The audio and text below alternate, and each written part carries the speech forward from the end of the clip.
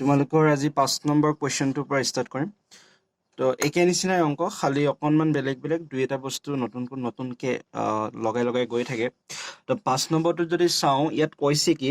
এটা বস্তু আছিলে দাম 4,200 টকা মূল্যৰ বস্তু এটাত 20% বাৰ্তা ঘোষণা কৰা আছে। তাৰমানে এটা বস্তু আছে যাৰ চিহ্নিত মূল্য হ'ল 4,200 টকা, তাত কৰিছে কি 20 টকা ৰেহাই দিছে। বাৰ্তা মানে কি ৰেহাই। তাৰপিছত এই 20% ৰেহাই দিয়াৰ পিছত যিটো দাম হ'ল বা যিটো বেচা দাম হ'ল, তো সেই দামটোৰ ওপৰত আকৌ 5% ৰেহাই দিছে, তেন্তে একে শেষত বস্তুটোৰ বিক্ৰী মূল্য কিমান হ'ব সেইটো সুধিছে। তোমালোকক যদি মই তোমালোকৰ নৰ্মেল ভাষাত বুজাবলৈ যাওঁ, ধৰি লোৱা এটা বস্তু আছে, বস্তুটোৰ দাম হ'ল 100 টকা। তো বস্তুটোৰ দাম যদি 100 টকা হয়, তো সেই 100 টকাত ধৰি লোৱা 20 টকা এটা ৰেহাই দিলে। তো 20 টকা এটা ৰেহাই দিলে বস্তুটোৰ দাম কিমান হ'ল? 80 টকা হ'ল। তো এতিয়া ধৰি লোৱা সেই 80 টকাত তোমালোকৰ আৰু 5% কি কৰি দিলে? ৰেহাই দিলে। তেতিয়াহ'লে সেই 80ৰ 5% উলিয়াব লাগিব, উলিয়াই পেলাই 80ৰ পৰা বিয়োগ কৰিব লাগিব। তো যিটো হয় সেইটো আমি এনচাৰ লিখিব পাৰিম। বা যদি তোমালোকক কয় যে 80 টকাত আৰু 2 টকা ৰেহাই দিলে, তো তেতিয়া কি হ'ব? 78 টকা হৈ যাব। মানে ৰেহাইৰ ওপৰত কি দিছে? ৰেহাই দিছে। তো এনেকুৱা যদি কিবা ফৰ্মুলা আছে, আগৰ ফালে চাওঁ মই। যদি ফৰ্মুলা আছে মই ফৰ্মুলাৰ পৰা কৰি দিম, আৰু যদি নাই ফৰ্মুলাটো তেনেকুৱা নাই একো। তো এইটো আমি যিটো আমি নিয়ম, আমাৰ যিটো কনচেপ্ট, সেইমতে আমি কৰিব লাগিব। তো লিখা প্ৰথমতে দিয়া আছে যে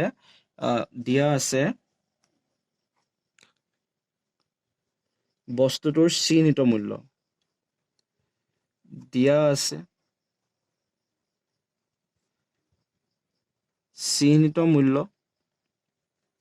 4,200 টকা হ'ল। এতিয়া বাৰ্তা দিছে কিমান? 20%। বাৰ্তা হ'ল 20%। তো এই বাৰ্তাটো দিয়াৰ পিছত, তো বাৰ্তাৰ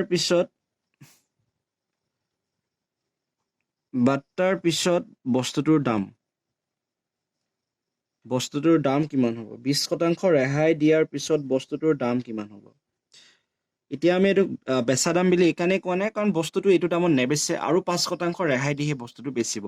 তো বাৰ্তাৰ পিছত বস্তুটোৰ দাম, মানে বাৰ্তা দিয়াৰ পিছতো 20% ৰেহাই দিয়াৰ পিছতো বস্তুটোৰ দাম কিমান হ'ব? তো প্ৰথমতে আমি কি কৰিব লাগিব? প্ৰথমে তোমালোকে লিখিবা 4,200 টকা। তাৰ পৰা আমি কি বিয়োগ কৰিব লাগিব? সেই 4,200 টকাৰ 20%টো, কাৰণ 4,200 টকাৰ পৰা 20%টো ৰেহাই দিছে, আৰু 20%টো কিহৰ 20%? এই 4,200 টকাৰ 20% হয়। তো ধৰি লোৱা তোমালোকৰ যদি বুজি পোৱা নাই এইটোৰ পৰা, যদি ধৰি লোৱা তোমালোকৰ বস্তুৰ দাম আছে 100 টকা হ'ল।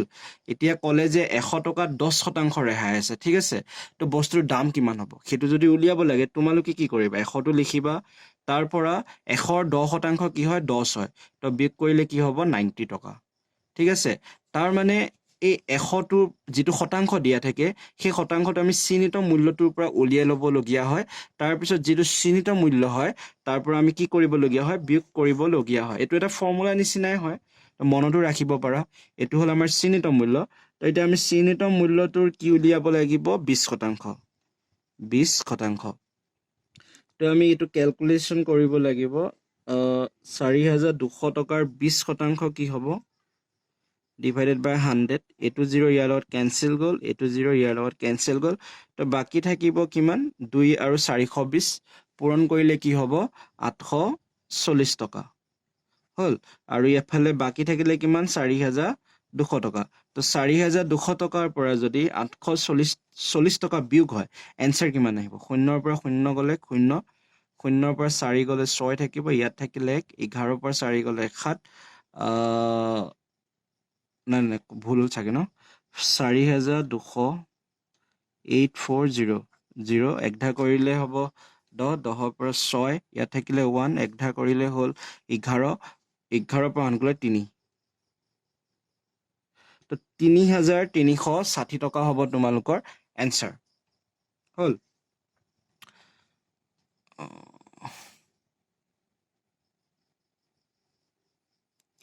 তো কনফাৰ্ম হৈ লওঁ আকৌ, যাতে ভুল নহয়। 6 ছেকেণ্ড নকৰিলে ঠিকে আছে তো তোমালোকৰ 20% ৰেহাই দিয়াৰ পিছত বস্তুটোৰ দাম কিমান হ'ল 3360 টকা তো এতিয়া ক'লে কি এই যে দামটো পালে 3360 টকা তাৰ ওপৰত আকৌ 5% কি দিছে ৰেহাই দিছে গতিকে এই নিচিনাকৈ আমি এতিয়া কি কৰিব লাগিব ইয়াৰ 5% উলিয়াব লাগিব আৰু যিমান 5%টো ওলায় মানে সেই 5%টো এটোৰ পৰা আমি কি কৰিব লাগিব বিয়োগ কৰিব লাগিব তো আকৌ 5% বাট্টাৰ পিছত বা বাট্টা দিয়াৰ পিছত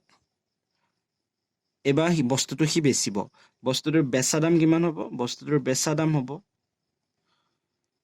3360 পৰা 3360 5% হ'ল তো ইয়াৰ আমি 5%টো উলিয়াব লাগিব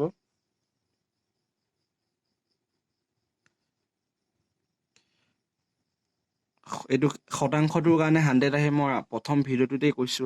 তো এইটো 0 ইয়াৰ লগত কেনসেল গ'ল 5ৰে 10 দুবাৰ গ'ল তো বাকি ৰ'ব কি কি 3360 মাইনাস 336 ডিভাইডেড বাই 2 তো এইটো যদি আমি হৰণ কৰো 3360 এইটো কৰিলে 2 গুণ 2 বাকি থাকিল 13 6 12 ইমান 168 তো এইটো বিয়োগ কৰা 168 টো ইয়াৰ পৰা 168 টো যদি আমি বিয়োগ কৰো 10 পৰা আন গলে 2 ইয়াত থাকিলে 5 5ৰ পৰা 6 যাব নোৱাৰে এক ঢাল হলে 15 15ৰ পৰা 6 9 থাকিব ইয়াত থাকিলে 2 1 3192 টকা হ'ব তোমালোকৰ উত্তৰ হৈছে তো এটোৱে হ'ব তোমালোকৰ বস্তুটোৰ বিক্ৰী দাম দুবাৰ বাট্টা দিয়াৰ পিছতো এনসাৰটো যদি আছে মুটাৰ মই চেক কৰি লওঁ 85 ঠিকই আছে উত্তৰটো টকা লিখিবা এনসাৰটো হ'ব টকাত থাকিব কাৰণ আমাক টকাৰ লগতে আমি এটা কি কৰি আছো অংক কৰি আছো তো দেখিছা এইকিটা অংক মই বুজোৱাৰ কাৰণে অকমান টাইম লাগিছে কাৰণ তোমালোকৰ প্ৰথম হয় এনেকুৱা অংক এনে বেছি টাইম নালাগে যদি ভালদৰে বুজি পোৱা কৰিব পাৰা বেছি টাইম নালাগে তাৰ পিছত আহিলে আমাৰ 6 নম্বৰ কোৱেশ্চনটো 6 নম্বৰ কোৱেশ্চনটো একে নিচিনাই হয় এটো আৰু অলপ লম্বা হ'ব ঠিক আছে তো এটো ভিডিঅত মই দুটা অংকই কৰিব পাৰিম তো 6 নম্বৰটো যদি চোৱা তোমালোকেও নিজে কৰিবা দুই এটা 6 নম্বৰৰ কি কৈছে চোৱা দুখন দোকানত এটা বস্তুৰ বাট্টা এনে ধৰণৰ প্ৰথমখনত 20% 15% 15% আৰু দ্বিতীয় দোকানখনত 50% কোনখন দোকানত বস্তুবিধ কিনিলে গ্ৰাহক এজনৰ লাভ হ'ব উলিওৱা তো চোৱা ইয়াত ক'ব কি বিচাৰিছে দুখন দোকান আছে তো দুখন দোকান আছে তো প্ৰথম যিখন দোকান আছে তাত এটা বস্তু আছে তো সেই বস্তুটোৰ ওপৰত তিনিবাৰ কি দিছে তিনিবাৰৰ বাবে বাট্টা দিছে বা তিনিবাৰৰ কাৰণে ৰেহাই দিছে আৰু কিমান শতাংশকে দিছে এবাৰ দিলে 20% তো 20% দিয়াৰ পিছত আকৌ 15% দিলে দুদিনমানৰ পিছত তাৰ পিছত আকৌ কি কৰিলে আকৌ 15% দিলে তো প্ৰথম যিখন দোকান আছিলে সেইখনে তিনিবাৰ ৰেহাই দিছে এটা বস্তুৰ ওপৰত কিন্তু সেই ৰেহাইটো কি হয় এক্সট্ৰাকে দিছে প্ৰথম 20% তাৰ পিছত 15% তাৰ পিছত 15% কিন্তু সেকেন্ড যিখন দোকান আছে সেই দোকানখনে কি কৰিলে এবাৰে দিছে এবাৰতে 50% ৰেহাই দিলে এতিয়া আমি ক'ব লাগে যে কোনখন দোকানত পৰা বস্তু কিনিলে বেছিকে ৰেহাই পাম হল তো এতিয়াও যদি বুজি পোৱা নাই ধৰি লোৱা 100 এটা বস্তু আছে দাম 100 টকা হল তো 100 টকাত প্ৰথম দোকানখনে 20% ৰেহাই দিলে তো ৰেহাই দিয়াৰ পিছত দাম যেটো হল তাৰ ওপৰত আকৌ 15% ৰেহাই দিলে তো 15% ৰেহাই দিয়াৰ পিছত যেটো টকা থাকিব তাৰ ওপৰত আকৌ 15% ৰেহাই দিলে তো এনেকৈ তিনিবাৰ ৰেহাই দিয়াৰ পিছত একে লাষ্টত দামটো কিমান হ'ব সেইটো উলিয়াব লাগে আৰু সেকেন্ড দোকানখনে কি কৰিলে যদি 100 টকা আছিল তো 100 টকাত একেবাৰে 50% কি কৰিলে ৰেহাই কৰি দিলে তো এতিয়া আমি এটো উলিয়াব লাগে যে কোনখন দোকানে বেছিকে ৰেহাই দিছে বা কোনখন দোকানৰ পৰা আমি বস্তুটো কিনিলে কম দামত কিনিব পাৰিম হল তো এটো আমি 100 ধৰিয়ে কৰিম তো কেতিয়াবা আমি কি হ'ব পাৰে আমি ধৰিও লব লাগিব লগিয়া হয় চিহ্নিত মূল্যটো কিছুমান অংকত তো প্ৰতিটো কোৱেশ্চন অনুসৰি সেই কৰা নিয়মটো আমাৰ কি হ'ব সলনি হ'ব তো সেই কাৰণে তোমালোকে বেছিভাগ প্ৰশ্ন কিতাপ বুজিবৰ কাৰণে চেষ্টা কৰিবা ফৰ্মুলাবিলাক মুখস্থ কৰাতকৈ তো লিখা ধৰো বস্তুটোৰ চিহ্নিত মূল্য বস্তুটোৰ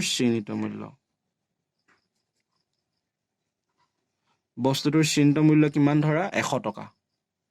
হল এতিয়া প্ৰথম দোকানখনৰ বাবে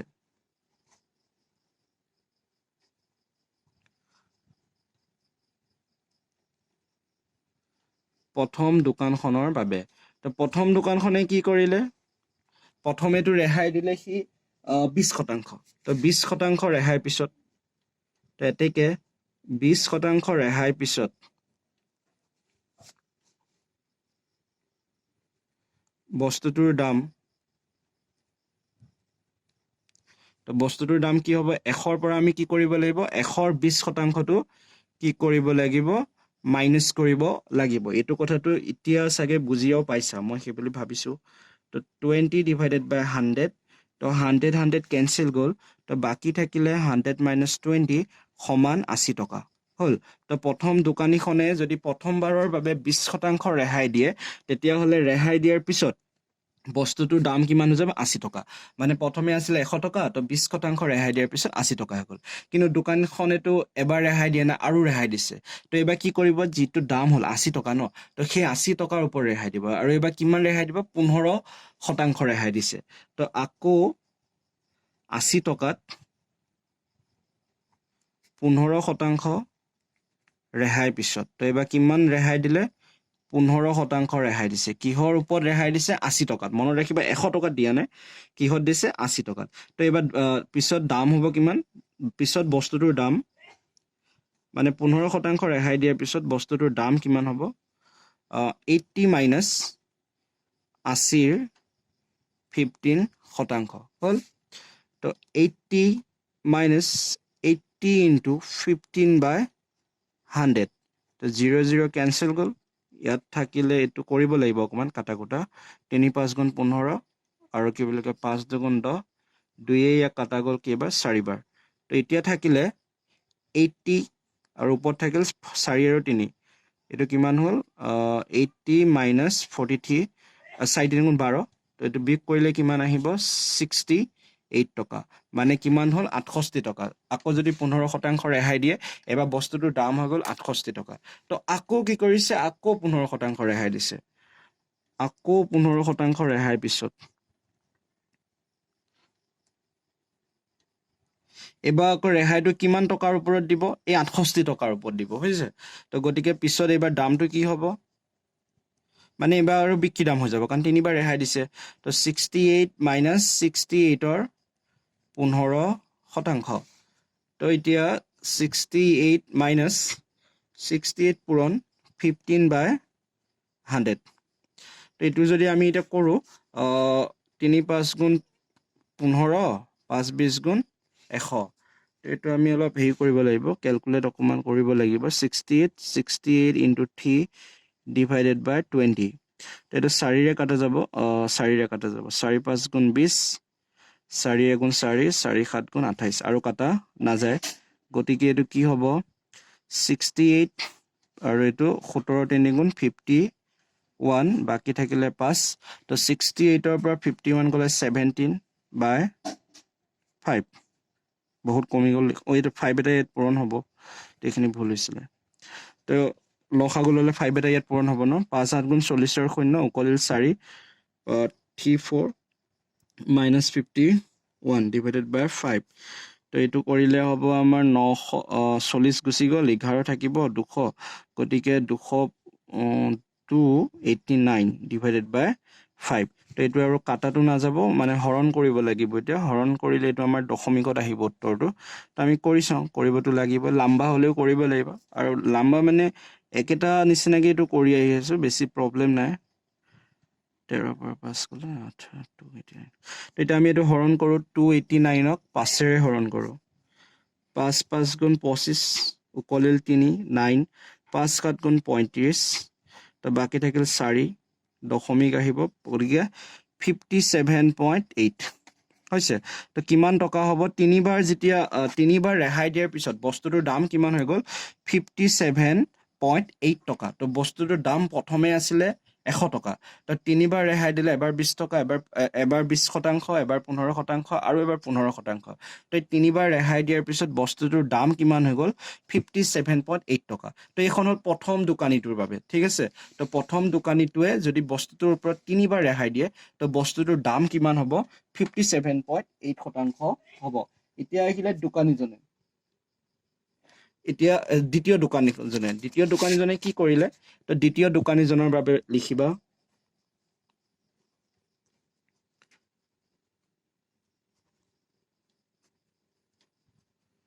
তো দ্বিতীয় দোকানীজনে কি কৰিলে একেবাৰে কি কৰিলে 15% ৰেহাই 50% ৰেহাই দিলে তো 50% ৰেহাই বা বাত্ৰা যি লিখা ৰেহাই পিছত বস্তুটোৰ দাম তো 50% ৰেহাই দিয়াৰ পিছত বস্তুটোৰ দাম হ'ব আৰু বস্তুটোৰ দাম কিমান আছিলে 100 টকা বস্তুটোৰ দামটো সমান থাকিব দামটো তোমালোকে বেলেগ বেলেগ ল'ব নোৱাৰিবা কাৰণ এটাই বস্তু আছে দামটো যদি বেলেগ বেলেগ লোৱা উত্তৰটো তোমালোকৰ বেলেগ আহিব তো তেতিয়া ভুল হ'ব অংকটো তো বস্তুটোৰ দাম 100 টকাই আছিলে তো 100 টকাত কি কৰিলে 50% ৰেহাই দিলে তো গতিকে 100ৰ পৰা 100ৰ 50%টো আমি বিয়োগ কৰিব লাগিব তো 50/100 তো 100 কেনচেল গ'ল তো বাকি থাকিলে 100 মাইনাছ 50 তো গতিকে 100ৰ পৰা 50 গ'লে থাকিব 50 টকা তো চোৱা প্ৰথম দোকানীটোৱে 3বাৰ ৰেহাই দিলে কিন্তু তথাপিও তাৰ বস্তুটোৰ দাম কিমান হ'ল 57.8 টকা কিন্তু দ্বিতীয় দোকানখনে এবাৰে ৰেহাই দিলে আৰু সেই এবাৰ ৰেহাই দিয়াৰ পিছত বস্তুটোৰ দাম হৈ গ'ল 50 টকা এতিয়া তোমালোকে কোনখন দোকানৰ পৰা কিনিবা যিখন দোকানত বস্তুটোৰ দাম 50 টকা তাৰ পৰা কিনিবা নে যিখন দোকানত বস্তুটোৰ দাম 57.8 টকা বা 57.8 টকা সেইখনৰ পৰা কিনিবা নিশ্চয় এইখনৰ পৰা কিনিবা কাৰণ এটাই বস্তু দামটো প্ৰথম দোকানখনত বেছি আৰু দ্বিতীয় দোকানখনত কি কম গতিকে আমি ক'ব পাৰো যে দ্বিতীয় দোকানখনৰ পৰা যদি আমি বস্তুটো কিনো তেতিয়াহ'লে আমি বেছিকে ৰেহাই পাম বা আমাৰ বাবে বেছিকে লাভ হ'ব তো প্ৰশ্নটোতো সেইটোকে সুধিছে তোমালোকক কোনখন দোকানত বস্তুবিধ কিনিলে গ্ৰাহক এজনৰ লাভ হ'ব তো এনসাৰটো হ'ব আমাৰ দ্বিতীয় দোকানখন হ'ল তো সেইটোৱে আছিলে এনসাৰটো লিখিবা তলত দ্বিতীয় দোকানখনৰ পৰা কিনিলে আমাৰ বেছিকৈ লাভ হ'ব বুলি লিখিবা